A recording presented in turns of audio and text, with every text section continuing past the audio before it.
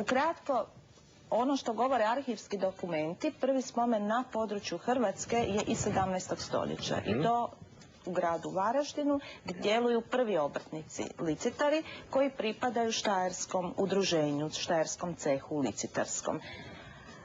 I on je prvenstveno, kažem, medeni kolač, vrsta kolača. Vremenom, razvojem toga obrta došlo se do ukrasa i oblika kakvoga mi danas vidimo. Ovaj licitar koji gledamo je malo redizajniran, ali on još uvijek sadržava ono tradicijsko naše obilježje, ono što je tipično za hrvatski licitar, a to je žarko crvena boja podloge i slikanje bijelom, crvenom, zelenom, može još i žutom bojom. Mi smo ostali na 3 boje i svi ti proizvodi, cijela kolekcija licitar vodi se samo na crvena, bijela, zelena boja. Dakle, on je malo redizajniran, moderniziran, ali to još uvijek ostaje tradicijski licitar. Nije se išlo u nešto moderno što bi odskakalo od uobičajenog, od tradicije. Kažu da je nekako kad se dođe u Hrvatsku da svakako kao suvenir se mora uzeti licitar.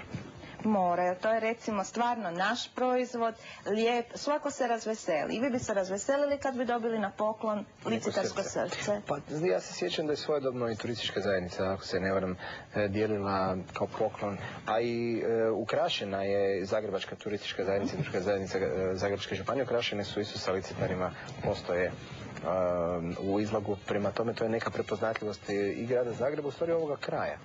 Je svakako, ja svakako tu ideju pozdravljam i vrlo mi je drago da je to tako, da i ono što mi radimo, dakle i te učionice i radionice za izradu licitara, da to ipak ima nekoga odjeka i nekoga rezultata u javnosti. Dakle, mi nastojimo što veći broj ljudi, građana, ali i djece kroz vrtiće i škole, educirati i provesti kroz te radionice, da bi eto ukazali na svu tu ljepotu naše tradicije i naše baštine, dakle sve ono lijepo što nosimo u srcu i što smatramo svojim identitetom.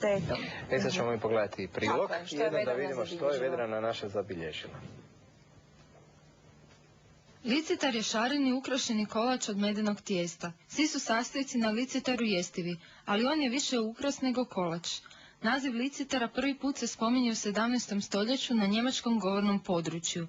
Od tada se medičarski obrt proširio po središnjoj Europi. U svakom kraju gdje se udomaćio, licitar imao karakteristične boje i oblik. Hrvatski licitar karakterizira ta žarka boja podloge i jedan tipičan način slikanja žutom, zelenom, crvenom i bijelom bojom. Ako bi pogledali u Sloveniji ili Austriji, vidjeli bi veliku razliku i u oblicima i u načinu ukrašavanja. Svaki kraj ima svoja obilježja.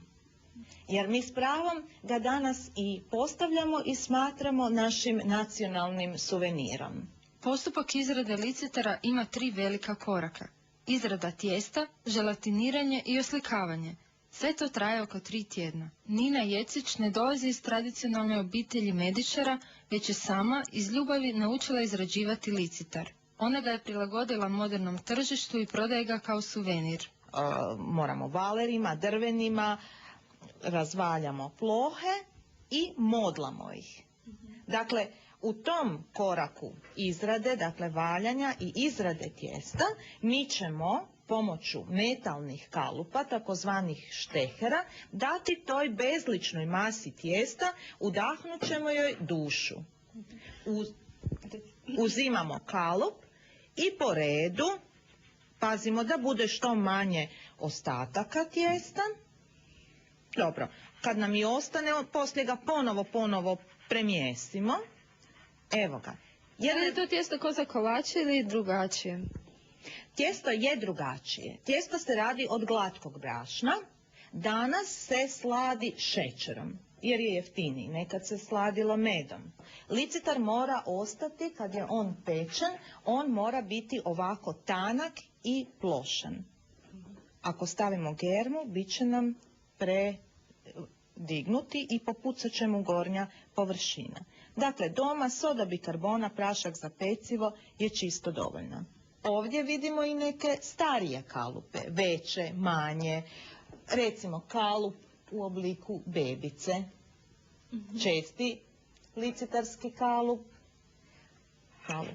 kišobrana, na namašćeni protvan koji lagano pospemo brašnom, mi ćemo te modlane, dakle naše licitare, uredno posložiti i bitno je da se licitar peče kratko, 3-4 minute, ali na vrlo visokoj, 400 stupnjeva. Pa je to malo teže postići u domaćinstvu u rerni, ali zato produžimo vrijeme pečenja i za radionice koje radimo čisto lijepo uspije i u rerni, ali tu malo dulje. Treba samo gledati da on previše ne pocrni ili požuti, mora ostati ovako bijeli. Nakon pečenja licitari se vade, čiste, stavljaju na drvene daske jer se moraju osušiti i hladiti. Koliko dugo se hlade? Dan, dva, da tijesto bude lijepo hladno, a onda uzimamo 2 licitara, mažemo smjesom brašna i vode, stavljamo uzicu i lijepimo ih, jer je svaki mali licitar dupli. A to se na kraju ne vidi jer se stavlja ono bijelo? Ne vidi, to se i želatinira i to se po rubu poslije ukrasi. Za želatiniranje potrebna nam je voda i želatina, kakva se koristi u domaćinstvu. Ona može, ako je želatina bojana, ne trebamo više dodavati boje, ako je bezbojna, boja se dodaje po želji, a radi se o jestivim bojama. Ovdje imamo crvenu boju u prahu. Koje se boje najčešće koriste? Naš hrvatski licitar odlikuje žarko crvena boja podloge. Dakle, ona se uz dugo miješanje topi na pari. U njoj se potapaju i tunkaju ovako bijeli sirovi licitari. On se okupa u želatini i potom se vješa na stalak. Jasno, uz neprekidno puhanje jer se vole raditi mjehurići. I takav vješamo na kukice i na drvene daske ili stalke gdje se on suši. Sad, par dana. Suši se dok prestane pikati. Dakle, kad ga vi taknete, on ne smije se lijepiti za prste. U oslikavanju sudjeluje par ljudi i svaki je zadužen za jedan korak. Naime, kad se rade serije od više stotina ili tisuća licitara, onda recimo kod srčeka. Prvo krene se s travicom i radi se travica, radi se korak po korak.